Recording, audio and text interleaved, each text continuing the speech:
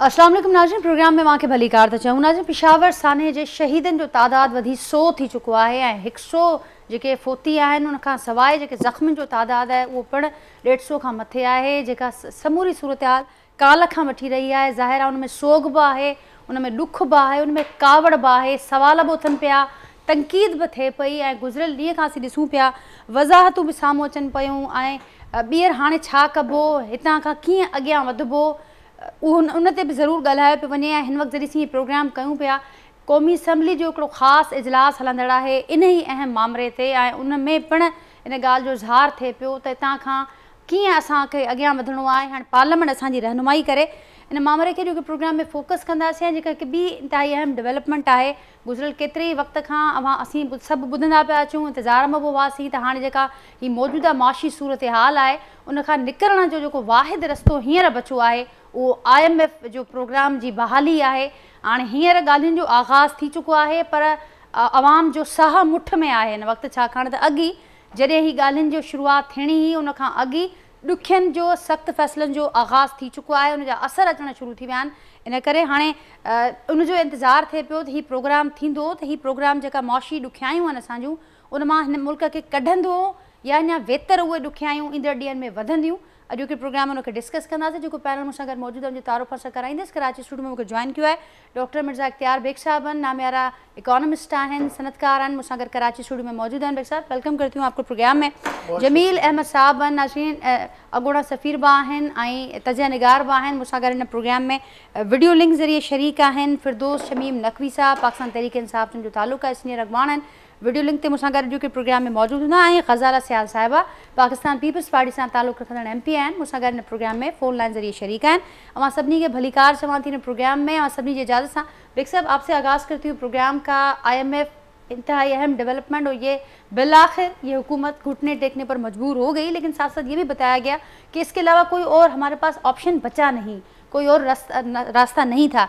लेकिन अब इसके आगे की क्या पिक्चर होगी, इसके आगे अब कैसे हम आगे बढ़ेंगे, वो आप हमें ज़रूर बताइए। पहली चीज़ तो यह है कि बिल्कुल आपने सही कहा कि मैंने अपने तमाम कॉलमों में इंटरव्यूज़ में ज़ोर देता रहा हूँ कि फ़ौरन से पेशतर आप IMF के साथ एग्रीमेंट करें, क्योंकि जितनी ताख़िर हुई है जितने में हमारे डॉलर ड्रेन आउट हुए हैं, जितने डॉलर का इनफ्लो रुका हुआ था, तो हमारे रिज़र्व जो हैं बिल्कुल ख़त्म हो गए। रुपये पे दबाव आया तो आपने ये देखा आर्टिफिशियली रोका हुआ था जो उसकी हकीकी वैल्यू नहीं थी। और फिर जब IMF से फाइनली ये जहन बनाया कि उसकी जो मुतालबात हैं, जो उनकी रिक्वायरमेंट्स है वो हम पूरी करेंगे, और पहली उनकी रिक्वायरमेंट थी कि फ्री फ्लोट करें रुपये को, यानी रुपये को आप आज़ाद कर दें। रुपये की हकीकी वैल्यू जो है डिमांड एंड सप्लाई मैकेनिज़्म में वो मार्केट तय करेगी।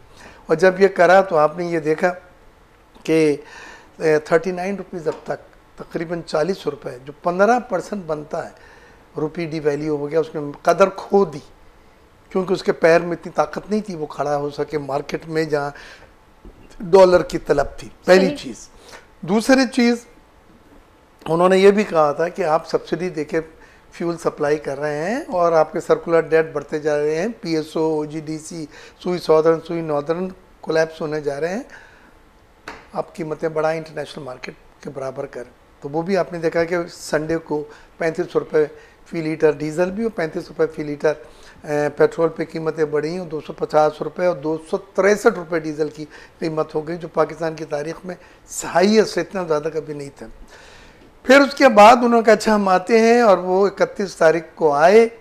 आज उनकी मीटिंग है, लेकिन इधर मीटिंग हो रही है, इधर कैबिनेट डिवीज़न में ECC भी मीटिंग हो रही है, जिसमें उनका एजेंडा क्या है जो मैंने आपको दिखाया था, और इस एजेंडे में वो तमाम चीज़ें हैं जो IMF चाहते हैं कि उसको प्रूव करें। ठीक, यानी वो मुज़ाकरात के लिए भी उस वक्त आए हैं और तैयार हुए हैं जब आप उनकी शराइत जो कंडीशंस हैं उनको पूरी करें और अमली तौर पे नज़र आए कि जी हाँ आपने इसको पूरा किया। तो आज उन्होंने कमिटमेंट्स बनी जो हमने देखी गुज़िश्ता साल के दौरान। जी, आज उन्होंने सर्कुलर डेट पे बात की कि आप सर्कुलर डेट 283 बिलियन को सुई सॉदर्न सुई नॉर्दर्न वगैरह में डिविडेंड के ज़रिए उसको कम करें। ठीक, वो आज ECC में अप्रूव हो रहा है। उसके बाद उन्होंने बिजली की कीमतें 12 रुपये के करीब बढ़ाने की बात की है। उसके बाद public sector loss making organisation जो है उसका ट्रीटमेंट उन्होंने बतलाया है। और उसके बाद फ्लड के रिलीफ के लिए 500 अरब रुपए की हुकूमत ने इजाज़त मांगी है IMF से कि हमें अखराजात के लिए आप इजाज़त दें। सही। और फिर IMF ने उसके बदले में उनको कहा है कि 200 अरब रुपए के तो आप ऑर्डिनेंस से टैक्स बढ़ा दें, यानी असम्बली में बिल नहीं जाना है, ऑर्डिनेंस निकालें और प्रेसिडेंट साहब अप्रूव करें 200 अरब रुपए का, और 600 अरब रुपए का आप मिनी बजट के ज़रिए जो है वो खसारा पूरा करें। क्योंकि उन्होंने कहा कि 2022-23 का जो बजट आप हमें दे रहे हैं, तखमिया इसको कहते हैं, उसमें 2000 अरब रुपए की हमें कमी नज़र आ रही है। और आपने जो बजट के टारगेट पूरे नहीं करे, यानी सॉरी टैक्सेस के टारगेट पूरे नहीं किए, वो टारगेट्स उनके लिए एक बहुत बड़ा कंसर्न है कि आप एक तो हदफ पूरा नहीं कर रहे, और पे अखराजात भी आपके कंट्रोल नहीं हो रहा है, आपकी एक्सपोर्ट भी नीचे गई हैं, आपकी रेमिटेंसेस भी कम हुई हैं, क्योंकि हवाला से हुंडी से कुछ पैसे आने शुरू हुए थे, फ़र्क हो गया था ऑफिशियल में अनऑफिशियल में। तो अब Pakistan is in no bargaining position. Nazia, Pakistan ने अब जहन कर लिया है, और इसाक डार साहब बोलें या ना बोलें, लेकिन हमने हाथ खड़ी करके, और करना भी, हमारे पास चॉइस है ही नहीं। आज मैं जहाँ इतनी बातें कर रहा हूँ, वहाँ एंड में मुझे ये भी बोलना है कि ये ही हमारे पास ऑप्शन है, और आप इसको कर लेंगे। IMF का 9th रिव्यू हो जाता है तो 1.3 बिलियन का मसला नहीं हमारे लिए। हमारे लिए यह है कि वो दरवाजे जो बंद है, जिसमें world bank, Asian development bank और इस्लामिक डेवलपमेंट बैंक से 5 से 6 बिलियन डॉलर मिलने हमारी अप्रूव लिमिट है, लेकिन वो IMF का इंतज़ार कर रहे हैं। दोस्त ममालिक हमारे UAE, सऊदिया और इवन चाइना, जो रोल ओवर प्लस कुछ फ्रेश एडिशनल की उन्होंने बात की है, उनका भी यही है कि ग्रीन चिट IMF की नज़र आ जाए। तो IMF के आने से 1.2 बिलियन इतनी कोई बड़ी रकम नहीं है, लेकिन दूसरे दरवाजे जो बंद हो गए हैं वो डॉलर आने के खुलेंगे और आपके रिजर्व भी बढ़ेंगे, आपकी करेंसी भी मुस्तहकम थोड़ी सी होगी, और फिर दुनिया को एक मैसेज जाएगा। और ये जो बार बार अल्फाज जो मुझे सबसे ज़्यादा लफ्ज़ तकलीफ देता है वो है कि डिफ़ॉल्ट, दिवालिया दिवालिया। तो पाकिस्तान 75 सालों में अगर दिवालिया से बचाने के लिए पैदा हुआ तो हमने तो कुछ भी नहीं किया। हम तो एक न्यूक्लियर स्टेट हैं। तो अल्लाह ने चाहा अगर IMF का एग्रीमेंट हो जाता है और हम अपनी शराइत पे अमल करते हैं, जिसमें इस हुकूमत को क्रेडिट जाता है, क्योंकि अनपॉपुलर डिसीजन है, ये गैर मकबूल फैसले हैं, इन पे इन्हें बुराई सुनने को मिलेगी, अवाम रोड पे आएंगे, महंगाई का इन्हें ताना मिलेगा। लेकिन अगर ये चीज़ ना करते तो IMF का प्रोग्राम बहाल नहीं होता। ठीक, लेकिन बेग साहब अब आपका पॉइंट आ गया मेरे पास। अब जब दोबारा आपकी तरफ आऊँगी तो ज़रूर आपसे ये जानना चाहूँगी कि जो मौशी सूरत हाल, सब आपने कहा ये जो अनपॉपुलर फैसले हैं, ये जो सख्त फैसले हैं, ये लेना बड़ा नागुज़ीर था, बड़ा ज़रूरी था, लेकिन इसका सारा बोझ सिर्फ आवाम पर क्यों? ये आप इसका जवाब मुझे ज़रूर दीजिएगा। तो अशराफिया अपना कितना हिस्सा इसमें डाल सकती थी, कितना डाल चुकी है, या कितना डालने का भी ऑप्शन मौजूद है, इस पर ज़रूर बताइएगा। मेरे साथ दूसरे पैनलिस्ट भी हैं। जमील साहब, अवाम वठींदस बेग साहब के माबूदो ज़ाहिरा असां हिन वक्त जंहिं सूरत हाल के फेस सब असीं कयूं पिया, तो को बि फ्रंट असीं ॾिसूं था तो बहरान खां आजो कोन्हे। वो मुआशी फ्रंट हुजे, वो पॉलिटिकल फ्रंट हुजे। असीं कल हिकिड़ो वॾो सान्यो मुल्क में थियो आहे, कल हिकु वॾो ख़ौफ़नाक वाक़ियो थियो आहे। जीअं बेग साहब ज़िक्र कयो त रियलाइज़ेशन ऐं ॾुखिया फ़ैसिला हिन फ्रंट ते जेके क्राइसिस खे असांखे ॿाहिरि कढी सघंदा, ही तमामु ज़रूरी शइ हुई। अवां सम्झो पिया त जेको सिक्योरिटी वारो फ्रंट आहे, जेके दहशतगर्दी जे हवाले सां मामला आहिनि, उते बि रियलाइज़ेशन ऐं सख़्तु फ़ैसिलनि जी ज़रूरत आहे। जमील साहब, यकीनन आहे, सख़्त फ़ैसिलनि जी ज़रूरत यकीनन आहे, पर उते असांखे पोइ पैसा बि खपंदा, असांखे को उन लाइ बजट बि खपंदी, ऐं एतिरो बजट जो प्रेशर जेको तव्हांखे पहिरियां ई बेग साहब ॿुधायो आहे, इहो असां ते बजट जी जेको प्रेशर आहे, ऐं उन ते अञा वधीक जेको असां जो आहे जेको कापोरो धक जेको लॻंदो, उहो इहो लॻंदो त हाणे फ्यूल शॉर्टेज थियण वारी आहे। ऐं इन करे थियण वारी आहे त जेका फ्यूल लोड थियणो हो, असांजो जहाज़ लोड थियणो हो जनवरी 13 जनवरी ते, उहो ऑर्डर कैंसिल थी वियो। इन करे कैंसिल थियो त LC न खुली सघी PSO जी। त इन करे हाणे फ्यूल शॉर्टेज बि शुरू थी वेंदी। जेॾी महिल फ्यूल शॉर्टेज थींदी त ऐं बाय द वे असांखे फ्यूल लाइ डॉलर जेके खपनि उहे 1.3 बिलियन असांखे रिक्वायर्ड हूंदा आहिनि मंथली बेसिस ते। त उन लिहाज़ सां ॾिठो वञे त हिकिड़ो बोझ 2,000 बिलियन रुपीज़ जो जेको असांखे IMF पॉइंट कयो आहे उन सां लॻोलॻ असांखे इहे पैसा ॾोकड़ बि अरेंज करणा पवंदा।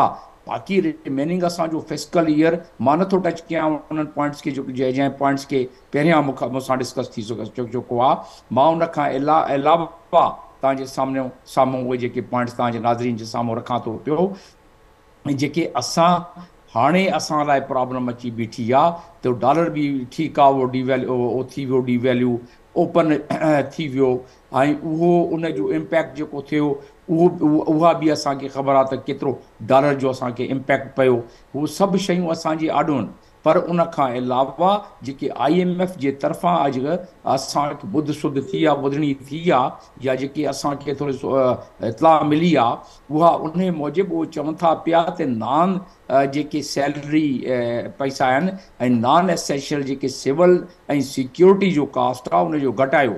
हाणे सिक्योरिटी जो कास्ट हिकिड़ी साइड ते सिक्योरिटी जा ख़तरा था वधनि, ॿी साइड ते IMF वारा चवनि था कास्ट घटायो। ऐं उन खां अलावा हू चवनि था पिया त IMF जेको आहे उहो चवे थो कैबिनेट जो साइज़ बि घटायो। उन खां अलावा चवनि था डोमेस्टिक एंड एक्सटर्नल जेके सस्टेनेबिलिटी आहे उन बारे में तव्हां प्रॉपर हिकिड़ो फंक्शनिंग ऐं फॉरेक्स जी पॉलिसी कयो। मतिलबु इहे टफ इन करे आहिनि त ऐं उन ॼाणे इहे टफ कंडीशन कया आहिनि ऐं उन जो सबबु बि कुझु कुझु डिस्कस थी वियो आहे ऐं कुझु मां डिस्कस कुझु पॉइंट साम्हूं पेश कयां थो पियो त 30% त असां ऑलरेडी पॉवर्टी लाइन में असांजा माण्हू आहिनि। माण्हुनि जो छा थींदो, तव्हांजा नाज़रीन जेके आहिनि उहे जेके ॾिसनि था पिया उन्हनि खे फ़िक्र इहा आहे त असां छा थींदो। ऐं उन में 30% जेके आहिनि त 30 सैकड़ो उहे ते ऑलरेडी बिलो द पॉवर्टी लाइन आहिनि। जेके पॉवर्टी लाइन ते आहिनि उहे सभु मिलाए 50% जे क़रीब थी था वञनि। सर्कुलर असां वटि डेट जेका आहे 2.5 ट्रिलियन फ़क़ति पावर सेक्टर में आहे। ही सभु अंग अखर मूं रखिया। हाणे अचूं था पिया त जीअं ॻाल्हि अॻूण हले पई त छा इन खां अलावा ॿियो कोई चॉइस आहे असां वटि।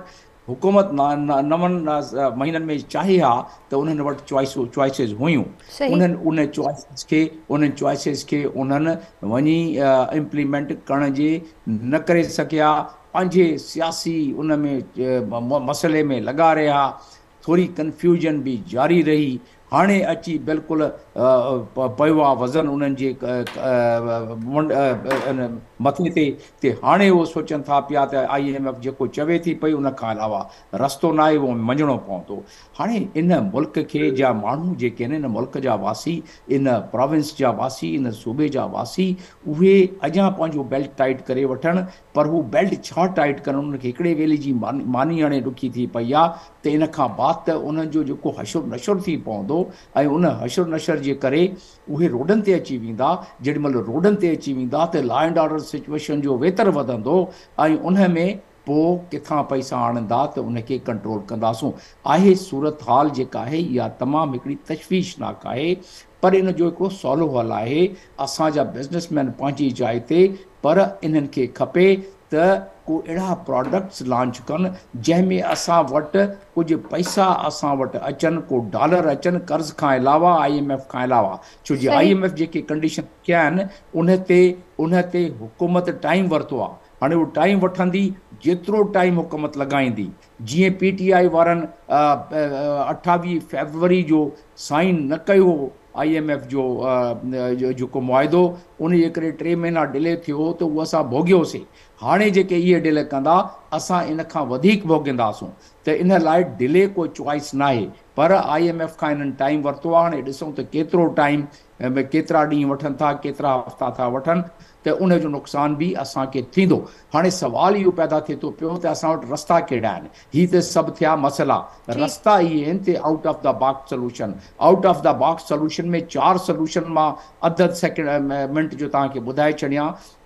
नंबर 1 इहो आहे त रिमिटेंस चवणु सवलो आहे। मां जेॾी महिल सफ़ीर हुउसि त 1 बिलियन जी रिमिटेंस जेॾी महिल पोस्टिंग थी मुंहिंजी जंहिं ॾींहं ते, जेॾी महिल मां पोस्टिंग छॾी स्टेट बैंक जे फिगर मुताबिक़ 3.2 बिलियन करे आयो। कयोसि छा मां? कुझु ख़ासि न। माण्हुनि खे जेको सर्टिफिकेट मां ॾिना हुकूमत पाकिस्तान जी तरफ़ां, टीवी ते उन्हनि जा फ़ोटा आया, एम्बेसी में उन्हनि खे ख़ासि रिआयत ॾिनी वई त तव्हां जेॾी महिल चाहियो हीअ 10,000 तव्हांजे पाकिस्तान पंहिंजे घरनि में मोकिलियो था पिया, असां तव्हांखे हीअ सनद ॾींदासूं। हीअ डार साहब खे मूं सलाह बि ॾिनी, पर अञा ताईं उहो ख़ुशि बि थियो, पर अञा ताईं उन ते अमल न आहे। ॿी जेका सलाह हुई, ॿी सलाह उहा इन खां बि इम्पॉर्टेंट हुई, ऐं उहा इम्पॉर्टेंट सलाह इहा हुई त तव्हां पैरिटी लोन ॾियो। तव्हां वटि ॿिया जेके बिज़नेस मैन वेठा आहिनि उहे ॿुधाईंदा, पैरिटी लोन में जेके मां सफ़ीर हुउसि त हुतां जा महिनत कश जेके तबिको हो उहे चाहींदा हुआ त असां वटि जेके 10,000 आहिनि असांखे तक़रीबन को 2-3 लख ॿिया खपनि, लोन ॾियारे छॾियो, असां इहे पियारे छॾींदासूं फॉरेन एक्सचेंज में। उहो पैरिटी लोन जे 10-15 सैकड़ो करे छॾनि। अहिड़े हिसाब सां असां वटि ज़मीनूं पयूं आहिनि जेके गैराबाद आहिनि, ओवरसीज़ पाकिस्तान खे ऑफर कनि, उहो बुकिंग जीअं फ्लैट बुक कराईंदा आहिनि, ज़मीन बुक कराईंदा, FWO खे मिलाए उन्हनि सां डेवलप कराए कोऑपरेटिव फार्मिंग करे था सघनि। इन तरीक़े जा ॿिया तरीक़ा आहिनि जंहिंमें मथे हफ़्ते में डॉलर असांखे अची था सघनि, मथे हफ़्ते में असां डॉलर शुरू थी पवंदा, जेके मां तव्हांखे ॻणाया। इन में घटि में घटि 4 खां 5 बिलियन डॉलर इन्हनि खे 3 महीननि जे अंदरि मिली था सघनि। हाणे इन्हनि खे ऑटोमेटिकली होश ईंदो त तव्हां ॾिसंदव त इन्हनि में कुझु न कुझु अमल दरामद थियणु शुरू थी। जमील साहब, मां जी ॻाल्हि खे अॻियां वधाईंदे मां फिरदौस शमीम नकवी साहब आप मेरे साथ हैं लाइन पर मौजूद? नाज़रीन, फिरदौस साहब सां राब्तो करण जी कोशिशि कंदासीं, उन सां राब्तो असांजो मुनक़दे थी वियो आहे। जेका ॻाल्हि बेग साहब उन खां अॻु कई त असां हिन वक़्तु बार्गेनिंग पोजीशन असांजी ख़तमु थी चुकी आहे, ऐं जमील साहब जेका ॻाल्हि कई त डिले जो असां वटि को ऑप्शन न हो, असीं जेको डिले कंदा आयासीं उनजो असीं भोगे चुका आहियूं, ऐं इहा शइ ॿियनि फ्रंट्स ते बि अप्लाई थिए थी। जेतिरो डिले कंदासीं ज़ाहिर आहे असांखे भोगणो बि पवंदो।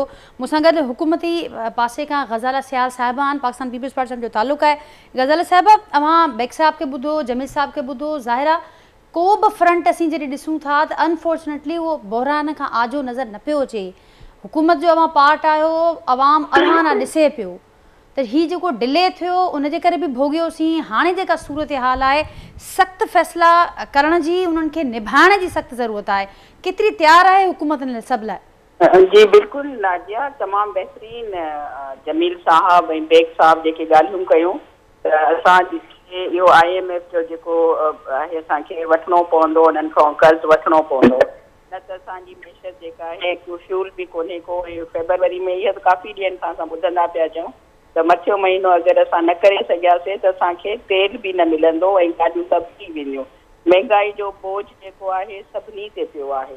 ग़रीब त वीचारा उन्हनि खे कोई माली मदद ॾियणु, बसि हिकिड़ो इहो प्रोग्राम आहे जेको बेनज़ीर इनकम सपोर्ट प्रोग्राम, उहो बि थोरो आहे। 7,000 रुपया उन्हनि खे मिलंदा आहिनि 3 महीननि जा औरतुनि खे। बहरहाल उन सां तुंहिंजी थी कोन, असां वटि बैगिंग वधी वई आहे, इन जो रस्तो वधी वियो आहे। तव्हां हर जाइ ते ॾिसंदव त तमामु घणा माण्हू रोडनि ते निकिरी आया आहिनि पिनण जे लाइ। असां वटि मां इहो चवंदमि त सूरत हाल वाक़ई ख़राबु आहे। असां IMF जूं शर्तूं मञूंसीं त असांजो गाॾो हलंदो, न त असां सभु जेके आहिनि बीह वेंदासीं।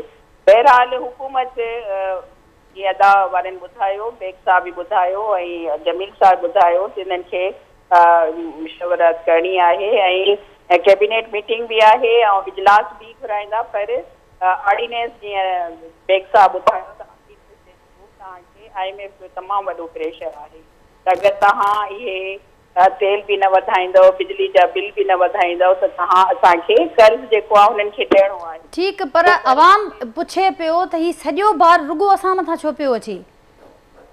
न त सभिनी ते बार पवंदो न, बार सभिनी ते। जेके जिन्हनि वटि गाॾियूं आहिनि उन्हनि ते वधीक पवंदो। ग़रीब अवाम ते गाॾियूं कोन्हनि के, त उन्हनि खे हिकु वेले जी मानी जेका आहे उहा मुश्किल थींदी। मोटरसाइकिल बि न हलाए सघंदा ग़रीब जेके मोटरसाइकिल जंहिं वटि आहिनि। ऐं ज़ाहिर आहे जॾहिं पेट्रोल वधंदो त ज़िंदगी जो जेके सभु शोबान उहे सभु मुतासिर थियनि था। हिकिड़ो ॿियो मां तव्हांखे ॿुधाईंदमि त जीअं अदा ॿुधायो त फूड जेके आहिनि असांखे, जेके ताजिर आहिनि, जिन्हनि वटि फैक्ट्रियूं आहिनि, जिन्हनि वटि इंडस्ट्रियूं आहिनि, असांजो हाणे ॾिसो बारिशनि में इलाही तबाही थी वई आहे। असांजा एग्रीकल्चर ते कापारी न सघो, त तो पाणी आयो आहे पर पाणी अञा ताईं बीठो आहे काफ़ी ज़िलनि में, त इन जो बि असांखे नुक़सानु थींदो ऐं असांखे हेल्प कनि था जेके जंहिं एरियाज़ में जो सैलाब आयो आहे ऐं बारिशूं थियूं त उन ते बि ज़ाहिर आहे उन ते वॾा एफर्ट्स खणणा पवंदा सभिनी खे ऐं ताजरनि खे हुकूमत खे इन्हनि सभिनी खे विहारणो पवंदो गॾिजी जेसि ताणी न वेहंदा सभु पार्टियूं जेसि ताणी गॾु न वेहंदियूं चाहे पीपुल्स पार्टी हुजे नवाज़ लीग हुजे मौलाना फज़लुर रहमान जमायत इस्लामी या वरी सभिनी खे पाकिस्तान जे लाइ सोचणो पवंदो ऐं में तमामु सुठो माहौल थी वियो हेॾा हादसा न पिया धमाको में 100 खां मथे पुलिस वारा ऐं ॿिया कहिड़ी शहीद थिया आहिनि तमामु अफ़सोस थियो मां हुनजी मज़म्मत थी कयां बहरहाल असांखे मां वॾा एफर्ट्स सुठो वक़्तु आहे असां वटि सभिनी ते चाहे पैसे वारो हुजे चाहे सभिनी जे लाइ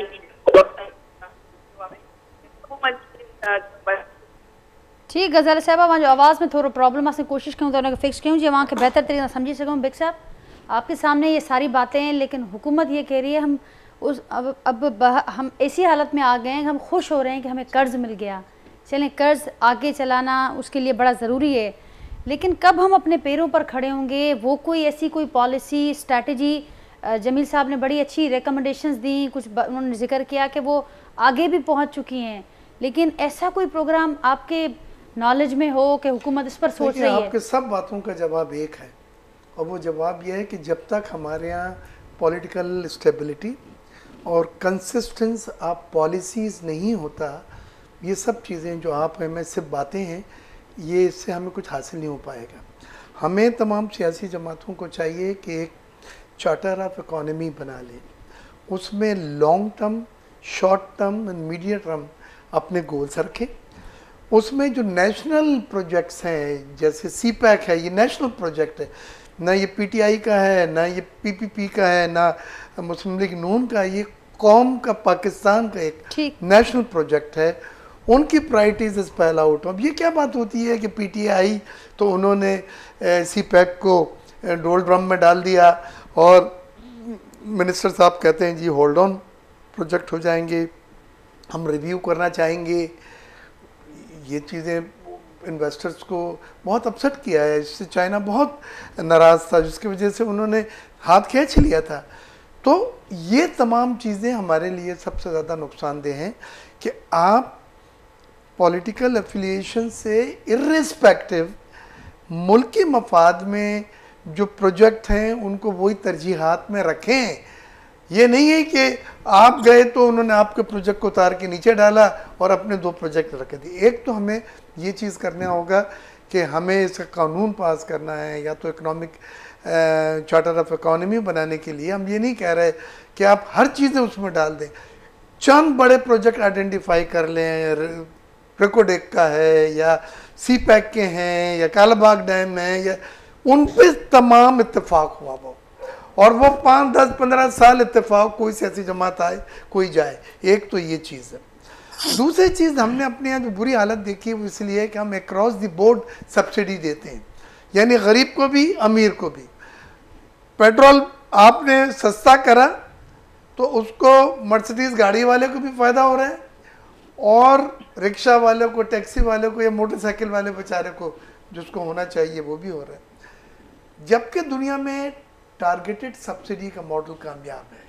टारगेटेड सब्सिडी में आप उस सेगमेंट को सब्सिडी देते हैं जो अफोर्ड नहीं कर सकता है, ठीक, जो अफोर्ड नहीं कर सकता। और इसमें मिसाल के तौर पे आप 300 यूनिट तक को बिजली वाले को अगर प्राइस में कुछ कमी करते हैं ऊपर वालों को बढ़ाएं आप कौमी ख़जाने पे बोझ ना पड़े लेकिन लोड उनको डालें जो अफोर्ड कर सकते हैं। ये भी हमारे यहाँ नहीं होता। हमारे यहाँ बिजली की कीमत कम होती है तो सबके लिए, वो लोग जो स्विमिंग पूल में हीटर लगाते हैं वो भी उससे बेनिफिट होते हैं और एक पंखा चलाने वाला जो बेचारा वो भी। तो पहली चीज़ तो मैं ये कहता हूँ कि आपने ये कहा कि गरीब आदमी, मैं कहता हूँ हुकूमत को टारगेटेड सब्सिडी की तरफ जाना होगा। दूसरी एक चीज़ और है कि हमें भी अपना माइंडसेट बदलना है। आने वाला वक्त बहुत सख्त है, अल्लाह करे मैं गलत हूँ लेकिन बहुत सख्त है महंगाई। मुझे 5-6 आदमियों ने आज से फ़ोन करके ये बोला है कि इलेक्ट्रिक हमारे बिलों की किस्तें करवा दें। हम पे नहीं कर सकते। ये शरीफ पोश आदमी है जो मीडियम क्लास जिसको आप कहती हैं, सही। तो हालात अब आने वाले बिल्कुल सही कह रहे हैं। एक बात जी, कह के बात जी। खत्म करता हूँ कि अब सिंगल ब्रेड अर्नर से काम नहीं चलेगा कि बाप पूरे घर का कमा के ला के देगा और सब बैठ के घर का गुजारा हो जाएगा। अब नहीं हो सकेगा। अब आपको मल्टीपल ब्रेड अर्नर या डबल ब्रेड अर्नर, जैसे इंडिया वगैरह में कि बीवी और हस्बैंड मोटरसाइकिल पे निकलते हैं, उसको ऑफिस छोड़ता है, शाम में आते वक्त लेता है और फिर बैठ के वो दुरुस्त कह रहे हैं। हमारे यहाँ भी ऐसा जाहिर है, जितने सख्त माशी हालात हैं उसमें ये सिलसिला स्टार्ट हो भी चुका है। मल्टीपल जो आपने ब्रेड अर्नर का जिक्र किया। लेकिन राइला साहब अब मेरे साथ हैं, मुस्लिम लीग नून से उनका ताल्लुक है। राइला साहब, आपको भी वेलकम करती हूँ प्रोग्राम में। मेरे साथ बेग साहब, जमील अहमद साहब और गजाला सियाल साहब इस प्रोग्राम में शरीक हैं।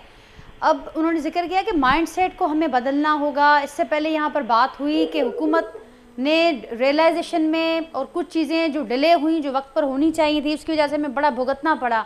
लेकिन अब जो वक्त है उसमें सख्त फैसलों के लिए, सख्त किस्म के हालात के लिए तैयारी करना होगी।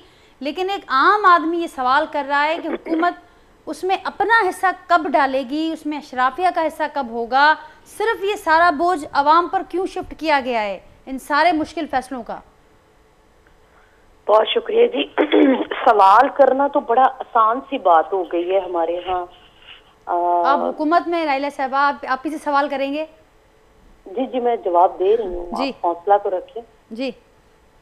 आप थोड़ा सा हौसला रखेंगे तो मैं जवाब दे पाऊंगी। बिल्कुल। अब हौसले भी जो जिस किस्म के हालात हैं, चलिए आप कंटिन्यू करें, आवाम सुनना चाहते हैं। जी जी जी बिल्कुल।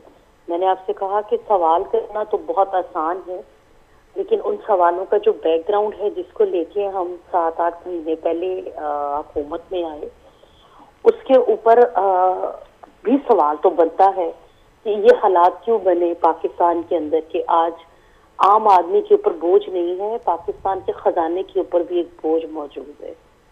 जो PMLN ने और PDM की जमातों ने उसको उठाया, और उसको उठाने की रीजन भी यही थी कि मुल्क के अंदर ऐसे फैसले किए जा रहे थे जो स्टेट के लिए, उसके खजाने के लिए, अवाम के लिए बोझ साबित होंगे। और उस बोझ ने ये किया कि आज पाकिस्तान के जहां अवाम की हालत खराब है, वहां हुकूमत की और खजाने की हालत भी बहुत ज्यादा पतली हो गई है। सख्त फैसले बिल्कुल करना पड़ेंगे। अभी हमारे एक भाई यहाँ बात कर रहे थे, मैं नहीं जानती हुई थी, बट वो ये बात कर रहे थे कि टारगेटेड सब्सिडी हमने पंजाब के अंदर, जब मियां शबाशी साहब वजीर आला थे, तो टारगेटेड सब्सिडीज दी जिससे अवाम को डायरेक्ट रिलीफ मिल रहा था जो एक्चुअल में गरीब आदमी था। ये बात भी बिल्कुल जेन्युइन है कि जब आप पेट्रोल सस्ता करते हैं, आप उसके ऊपर सब्सिडी देते हैं, तो उससे मुस्तफीद तो पूरे लोग हो रहे होते हैं। इसीलिए हमारी कोशिश PMLN की हमेशा से ये रही है कि हम खाने पीने की अशिया के ऊपर सब्सिडीज दें जिससे डायरेक्ट अवाम, गरीब आदमी जो है वो इफेक्टेड हो रहा होता है। अब अगर आप देखें तो 2018 से बार बार ये बात कही जाती है कि आप लोग 18 तक को याद करते हैं, तो आप GDP रेट को उठा के देखिए, अवाम की हालत देखिए, डेवलपमेंट यहाँ हो रही थी, ह्यूमन डेवलपमेंट के ऊपर भी काम हो रहा था। तो पाकिस्तान के अंदर एक एक्सपेरिमेंट कर दिया गया। उस एक्सपेरिमेंट का जो नतीजा निकला वो अब सबके सामने है और सबको भुगतना भी पड़ रहा है। अब मुश्किल फैसले तो जरूर हैं, लेकिन मुश्किल फैसलों के पीछे जो सूरत हाल बनी, हमें उसके ऊपर भी तो सवाल उठाना पड़ेगा। हम आज भी अगर उन्हीं लोगों को प्रमोट करेंगे जिन्होंने रियासत पाकिस्तान के साथ ये जुल्म किया, हमने उस इमरान रजीम को लाने के लिए आपने जो एक्सपेरिमेंट किया, उसका जब बोझ कौम उठा रही है या बाकी जमातें उठा रही हैं, तो उसके ऊपर भी तो सवाल करें। आज जब हम जो ये मुश्किल फैसले कर रहे हैं, मुश्किल फैसले हो रहे हैं, हमने तो 2018 में IMF को बाय बाय कर दिया था, खुदाफिज कर दिया था, पाकिस्तान को उसके पैरों पर भी खड़ा कर दिया था कि अब हम जो अपना कमाएंगे उसमें से खाएंगे, उसमें से सारा काम सिलसिला चलाएंगे। लेकिन आप उस सिस्टम को रोक देते हैं और एक नया एक्सपेरिमेंट करते हैं सिर्फ अपनी पसंद और नापसंद के लिए। आज तो वो लोग मौजूद नहीं है जिन्होंने ये एक्सपेरिमेंट किया, लेकिन अवाम को भुगतना तो पड़ रहा है। हमने 2018 तक मुल्क के अंदर तरक्की की थी इंशाअल्लाह ताला। हमने बड़े बड़े मुश्किल हालात देखे हैं, मुस्लिम लीग नून ने हमें वो वक्त भी देखा है जब एटमी धमाके किए थे तो पूरी दुनिया हमसे कट गई थी, लेकिन हमने अपने पाँव पे खड़ा होकर दिखाया। उस वक्त भी इंटरनेशनल साजिशें जो थी वो सबके सामने थी। मुल्क से वजीर आजम को जलावतन कर दिया गया था, उसकी सजा दी गई थी। फिर उसके बाद आप ये देखिए कि सारे मामलात बने। इंशाल्लाह ताला हमने बड़े मुश्किल वक्त देखे हैं PMLN ने। अवाम की बिल्कुल हालत बहुत पतली है इस वक्त, हम इसे बिल्कुल ये एग्री करते हैं, हम भी उन्हीं अवाम में शामिल है। लेकिन क्योंकि ये मुश्किल वक्त है, मुश्किल फैसले करने पड़ रहे हैं, अगर हमें रियासत पाकिस्तान को खड़ा करना है, अवाम की हालत बेहतर करनी है, तो मुश्किल फैसलों के साथ अपने लीडरान के विजन के साथ हमें खड़ा होना पड़ेगा। मुश्किल फैसलों में अवाम को हर सूरत में अपनी रियासत के साथ खड़ा होना पड़ेगा, तभी हम आने वाली अपनी नस्लों को भी बचा सकेंगे। और खुदा खैर करे तो रियासत पाकिस्तान की तरफ मैली आंख जो उठती है उसको भी हम तभी रोक सकेंगे। ठीक, रायला साहब तफसीली हमने आपका मौक़िफ़ सुना, लेकिन आपने फरमाया कि 9 माह पहले जो सब कुछ हुआ उस पर काश ये जो बातें आपने की हैं वो 9 माह पहले अगर हो जाती, उस वक्त तो आवाम को ये बताया गया कि बड़े वादे भी किए गए, ये भी बताया गया कि ये जो करके गए या ये जो करके जा रहे हैं, हमारे पास अच्छा होमवर्क है, हमारी अच्छी तैयारी है। उस वक्त आवाम से ये नहीं कहा गया कि आने वाले 9 माह के बाद भी आवाम को मुश्किल फैसले बर्दाश्त करने का दर्ज दिया जाएगा। देखिए हमने ये बताया, हमने सच बताया, मुफ्त डिफॉल्ट की तरफ जा चुका था। क्या हमने पाकिस्तान को डिफॉल्ट होने से नहीं बचाया? ये तो खुद अपने मुंह से भी जो है इकरार कर रहे हैं इन बातों का कि हम जो है माइंस बिछा के गए हैं पाकिस्तान के लिए, और उसके ऊपर अब चलकर ये जो लोग गुजरेंगे तो वो माइंस से तबाह बर्बाद ही होंगे। तो अपने इनके कारिंदे हो या इनके अपने मेंबरान हो, इमरान खान खुद हो, वो तो इकरार कर रहा था इस बात पर कि हमने ये किया। आपने ड्यूरिंग अपनी इक्तदार के आपने जो रियासत पाकिस्तान के साथ जो जुल्म किया, क्या मेरा उसके ऊपर सवाल नहीं बनता? आज ठीक करने वालों के ऊपर तो सवाल जरूर बन रहे हैं कि आप डिफॉल्ट की तरफ को पाकिस्तान को ले गए, लेकिन जो डिफॉल्ट से पाकिस्तान को बचाया अर्ली डेज के अंदर, उसके ऊपर कोई बात नहीं कर रहा। या फिर आज हम मुश्किल फैसले करके अपने लिए हमने सियासत को दाव पे लगाया है, लेकिन अवाम की हालत को बेहतर करने के लिए या वापस पाकिस्तान को उसको पांव पे खड़े करने के लिए हम काम कर रहे हैं, उसके ऊपर सवाल जरूर बन रहा है। मैं तो ये कहूंगी कि आपको थोड़ा सा हौसला जरूर सबको करना पड़ेगा। ये भी वो वक्त याद रखिए जब बार बार कहा जा रहा था, मीडिया हो, इलेक्ट्रॉनिक मीडिया हो, सोशल मीडिया हो या प्रिंट मीडिया हो, कि आप कोई सवाल नहीं करेंगे, पाकिस्तान को सिर्फ 3 महीने दे दें, फिर आप 9 महीने दे दें, फिर आप 3 साल दे दें, कोई उसके ऊपर सवाल करने की सवाल ही पैदा नहीं हो रहा था। आज जो बर्बादी, जो तबाही हुई, उसके पीछे जो लोग खड़े हैं, खुदारा उनको भी बेनकाब करे। उन्होंने बार बार अपना वजीर खजाना क्यों बदल रहे थे? क्योंकि उनके पास कोई वर्कआउट नहीं था, उन्होंने कोई ऐसी अपनी एक्सरसाइज नहीं की रखी थी कि जिसकी वजह से पाकिस्तान को ये दिन देखने पड़ रहे हैं आज। ठीक, अब यहाँ पर भी बड़े एक्सपेरिमेंट हुए हैं और आपने जैसे फरमाया कि ज़रूर उस पर भी सवालात होने चाहिए, और उस वक्त भी सवालात ज़रूर होते थे, तनकीद भी होती थी। जमील साहब भी मेरे साथ मौजूद। जमील साहब, छा चवंदो वधीक न मामले ते जेका ॻाल्हि राइला साहिबा कई त ज़रूर उन्हनि माण्हुनि खां बि सवाल थियणु खपनि। अॼु 9 महीननि खां पोइ इहा ॻाल्हि कनि पिया त सभिनी खे हौसले करण जी ज़रूरत आहे, उनमें ऑपोजिशन बि आहे ऐं आवाम खे बि हौसलो करण जी ज़रूरत आहे। जमील साहब, आवाम ते हौसलो उन वक्त ताईं कंदी जेसी ताईं उन्हनि जी पेट जी बाह जेका आहे उहा भड़कजी न वञे। हाणे आवाम जे पेट जी बाह जेके भड़कण शुरू थी पवंदी ते आवाम हौसलो किथां कंदा?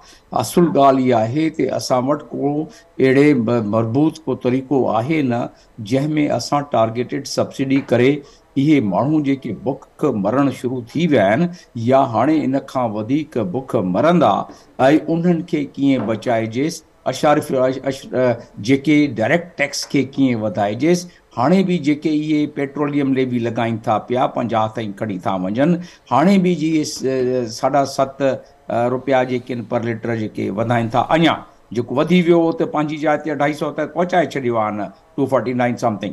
हाणे जेको इन खां वधीक वधण वारो आहे उहा पंहिंजी जाइ ते। हिते हाणे जेका बिजली वधंदी, ठीकु आहे, ग़रीब माण्हू जेको आहे पंहिंजो बत्ती पंहिंजी ॿारे वठंदो, जेका घासलेट वारी, ऐं घासलेट बि एतिरो महांगो थी वियो आहे, पर ग़रीब माण्हू बिना बत्ती जे बि चङो सर्वाइव करे थो सघे। पर what about the fact that they are not really getting the food to eat? Number one.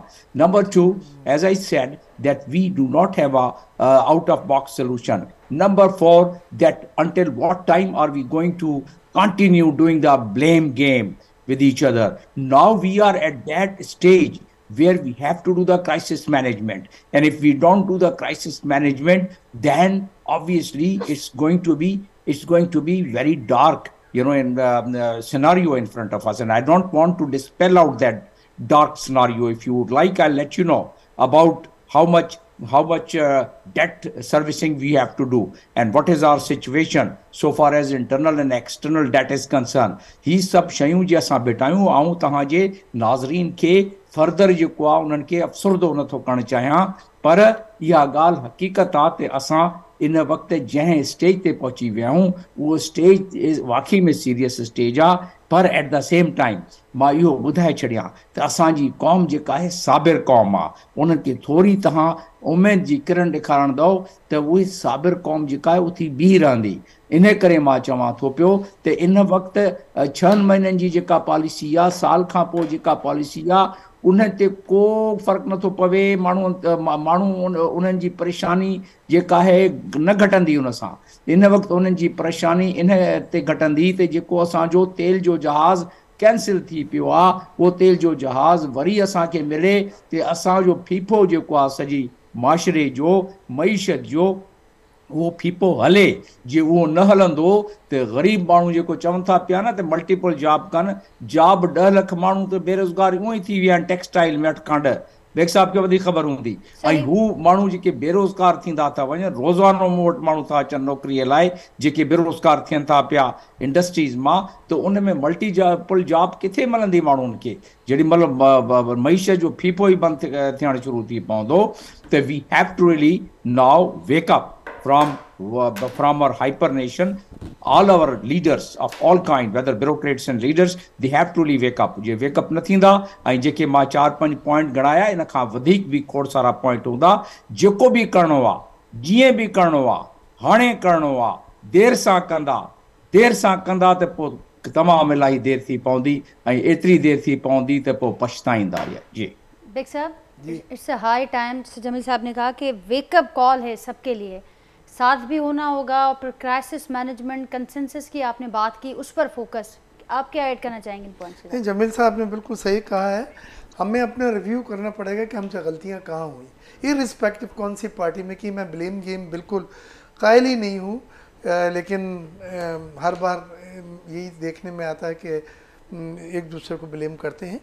हमसे जो गलतियाँ जो सरजद हुई वो 3-4 हैं मोटी मोटी। पहली, हमने एग्रीकल्चर सेक्टर को, जो हमारी स्ट्रेंथ होती थी पाकिस्तान की ताकत, उसको इग्नोर किया। हम सेल्फ रिलायंस थे खाने पीने की अशिया में। हम एक्सपोर्ट करते थे गेहूँ, हम एक्सपोर्ट करते थे शुगर, हम एक्सपोर्ट करते थे फर्टिलाइज़र, हम एक्सपोर्ट करते थे दालें। आज ये सब चीज़ें हम इंपोर्ट कर रहे हैं, और इंपोर्ट कर रहे हैं 270 रुपये के डॉलर पे, और फिर आप कहते हैं सस्ती और महंगाई ना, नहीं हो सकता। तो पहले हमें सेल्फ रिलायंस, सेल्फ सफिशेंसी पे जाना होगा, और वो सेक्टर को दोबारा आपने फाल बनाना है जो पाकिस्तान की ताकत है, जिसको बाबा कौम ने ख्वाब देखा था, एक ज़राई सनती पाकिस्तान का। सही, पहली चीज़। दूसरी चीज़, आपने मैन्युफैक्चरिंग और एक्सपोर्ट लेड ग्रोथ दुनिया का टेस्टेड कामयाब मॉडल है कि आप मैन्युफैक्चरिंग सेक्टर को प्रमोट दें, जो जॉब भी देता है और एक्सपोर्ट अर्निंग भी करते हैं। और एक्सपोर्ट अर्निंग के डॉलर जो होते हैं वो सबसे ज़्यादा रिलायबल एंड क्रेडिबल होते हैं। लिहाजा हमने इस वक्त अपनी इकॉनमी को जो 100% है अगर, तो उसमें 20% एग्रीकल्चर है, 20% मैन्युफैक्चरिंग है, और 60% सर्विस सेक्टर है। यानी इंपोर्ट करा और सप्लाई कर दिया, आपको अपना हिस्सा रख लिया। उसमें ना जॉब क्रिएशन हो रही है, ना एक्सपोर्ट्स हो रही है, ना डॉलर आ रहे हैं, ना सरमाकारियाँ हो रही हैं, और लोग पैसे लगा रहे हैं किसमें, रियल एस्टेट में। तो ब्लैक मनी पार करने के एक हेवन बन गया है। आपने खुद उनको मौका दिया, लिहाजा एग्रीकल्चर को आप तरजीह दें, उसके बाद मैन्युफैक्चरिंग को, एक्सपोर्ट लेड ग्रोथ अपनाएं। सर्विस सेक्टर हमारा 60% हमारी इकॉनमी के साइज में बहुत ज़्यादा है। सर्विस सेक्टर को 30-35% से ज़्यादा नहीं होना चाहिए। अगर आप दूसरे तरक्की याफ्ता ममालिक की इकॉनमी का पैटर्न देखें, और जो एग्रीकल्चर बेस हैं, तो उसमें एग्रीकल्चर और मैन्युफैक्चरिंग की जो है वो ज़्यादा परसेंटेज होती है। तो पहला तो मेरा ये है। दूसरी चीज़, अभी आज जो ECC में गया है, और मुझे डर लग गया उसको पढ़ के, कि मेडिसिन की कीमतों पे भी बढ़ाने की बात की जा रही है। सही। अब ये देखिए कि मेडिसिन मल्टीनेशनल कंपनी है, बाहर के लोग हैं, ले IMF की कंडीशन कैसे बन गया ये, इसका माने उनकी कंपनियों का भी तहफ़्फ़ुज़ ये कर रहे हैं, और नहीं तहफ़्फ़ुज़ हो रहा है अगर, तो एक गरीब पाकिस्तानी का। आप ECC में पहला एजेंडा है आज कि मेडिसिन की कीमतें बढ़ाने की इजाज़त दे दें हमें, ताकि हम मेडिसिन को खोल दें। मल्टीनेशनल कंपनियों ने शिकायतें की हैं। दूसरी चीज़, हमने जो इंपोर्ट पे पाबंदी लगाई है, वो कहते हैं WTO में आप नहीं लगा सकते। WTO में आप अपने मुल्क में जो इंपोर्ट चीज़ें कर रहे हैं वो कंटिन्यू रखें। ठीक, तो ये जाहिर सब है, मेरे चीज़ें पास हैं। आखिरी 1 मिनट है, मैं चाहूँगी कि ज़रूर हुकूमत की साइड का कोई मौक़िफ़ आए। आपने बड़ी अहम बातें की, और जाहिर है हर बार जब बात होती है तो जब प्रॉब्लम्स पर, तो रिकमेंडेशंस पर, सॉल्यूशंस पर बात होती है, लेकिन जिनको करना है वो कितने संजीदा हैं इस मैटर को लेकर। और फिर जो अमल दरामद वाला फेज़ है, जिसमें हम हर बार देखते हैं कि हम पीछे रह जाते हैं, उस पर कितना फोकस होगा इस बार जो सारे प्रॉब्लम है। गज़ाला साहब, फाइनल अवां जो कॉमेंट है न दे। जी बिल्कुल नाजिया, असांखे जेके न सख़्तु फ़ैसिला करणा पवंदा, तो जो अवाम जे हालत में आहे, ऐं बेग साहब बि ॿुधायो, जमील साहब बि ॿुधायो, त तमामु बहितरीन हिननि जेका आहे तजिया निगारी कई, ऐं असांखे फ़ैसिला करण जे लाइ चयनि। त ॾिसो, इमरान ख़ान जी जेका हुकूमत हुई, उनखे ॾिसो असांखे सच ॻाल्हाइणो पवंदो। रेयर इस्टेट खे जेको आहे हुन प्रमोट छा कयो, सॼा पैसा अची ज़मीन ते हयनि, बिल्डिंगूं ठाहियनि, ऐं असां उते इहो बि हिकिड़ो वॾो जेको आहे फॉल्ट आहे असां में। तो इंशाअल्लाह बहितर जेके आहिनि फ़ैसिला असांखे करणा पवंदा, सख़्तु फ़ैसिला करणा पवंदा, छो जो असांखे फ्यूल जे न मिलंदो त असांजो गाॾो न हलंदो। हुकूमत फ़ैसिला करे थी, ऐं इंशाअल्लाह पाकिस्तान जी बहितरी जे लाइ फ़ैसिला कंदी। जी जमील साहब, अवां कुछ ऐड करण पे चाहियो? हाँ न बिल्कुल, ॾिसो तव्हांजो टाइम घटि आहे। बेसिकली असां इन वक़्तु उन स्टेज ते अची पहुता आहियूं त if we don't do anything for these poor people, they are going to really explode. We will have a difficulty in controlling then most of the things in our country.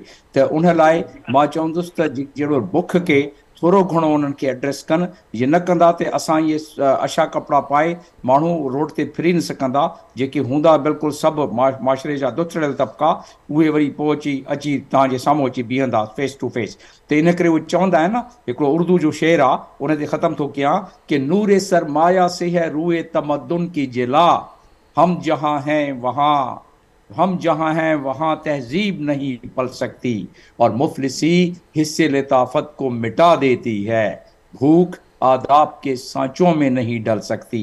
ये सब माण्हू तव्हांजे साम्हूं अची बीह रहंदा। जमील साहब वरी महिरबानी वाजी। नाज़रीन, तमामु अहम गुफ्तगू थी। मूंसां गॾु जेके पैनलिस्ट मौजूद हुआ, जंहिंमें बेग साहब हुआ, जमील अहमद साहब, राइला ख़ादिम हुसैन साहिबा ऐं ग़ज़ाला सियाल साहिबा, ऐं उन्हनि जो मौक़िफ़ मां ॿुधो। ज़ाहिरा ॾुखियूं हालतूं आहिनि, उन में बार बार ॻाल्हि थिए पई सोल्यूशन्स जी, रेकमेंडेशन्स जी, वे फॉरवर्ड जी, पर हिकिड़ी ॻाल्हि जेका तमामु घणी अहम आहे त जिन खे वठणा आहिनि मामला, उन्हनि जी संजीदगी तमामु घणो मैटर करे थी, ऐं उनखां पोइ उहे वरितल फ़ैसिलनि ते अमल दरामद तमामु घणो इम्पॉर्टेंट आहे।